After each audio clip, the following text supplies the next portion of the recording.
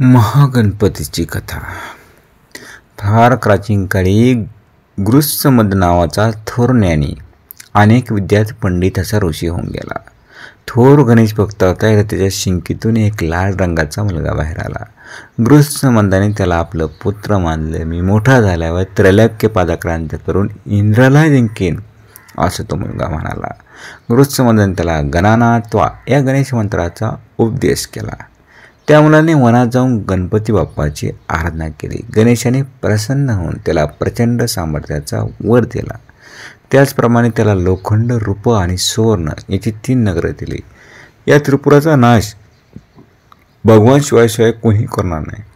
भगवान शिव एकाच बाणाने त्रिपुराचा संहार करीन आणि तुलाही मुक्ती मिळेल असा वर गणपती बाप्पाने दिला. म्हणून तो मुलगा त्रिपुरासुर या नावानं प्रसिद्ध झाला.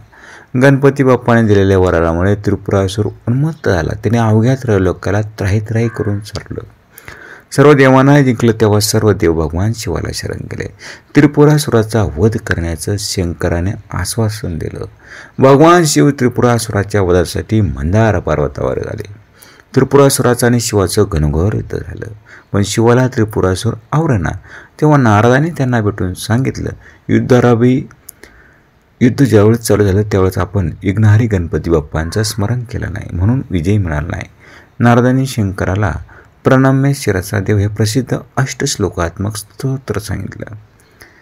मग शंकराने ज्या ठिकाणी आता श्री गणपती बाप्पा आहे, महागणपती, तिथं मात्र आले आणि तिथं मात्र गणपती बाप्पांची आराधना केली.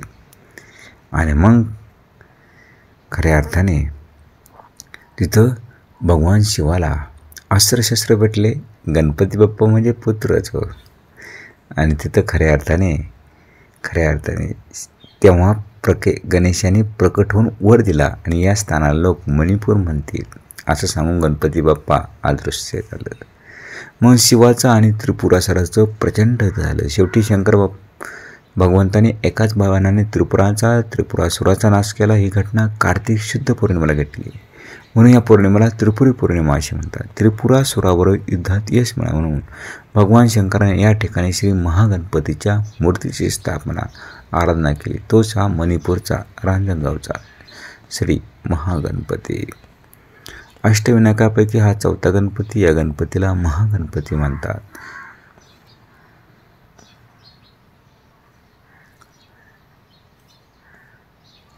अष्टविनायकापैकी सर्वाधिक शक्तिमान असं महागणपतीचं रूप. श्री महागणपती उजव्या सोंडीचा असून गणपती बाप्पांना कमळाचा आसन आहे. माधवराव पेशव्यांच्या काळात या मंदिराचा जीर्णोद्धार केल्याचं इतिहासात आढळतं. इंदूरचे सरदार किवे यांनी देखील या मंदिराचं नूतनीकरण केल्याचा उल्लेख आढळतो. महागणपती स्थान इसवी 10व्या शतकातील आहे. श्री गणपती बाप्पांना 10 आहेत आणि प्रसन्न आणि मनमोहक अशी श्री गणपती बाप्पांची मात्र ही मनमोहक अशी मूर्ती आहे. पुणा आणि नगर या महामार्गावरती हे गणपती बाप्पा विराजमान आहेत. अलौकिक असं हे स्थान. जय श्री गणपती बाप्पाय नमस्तुते.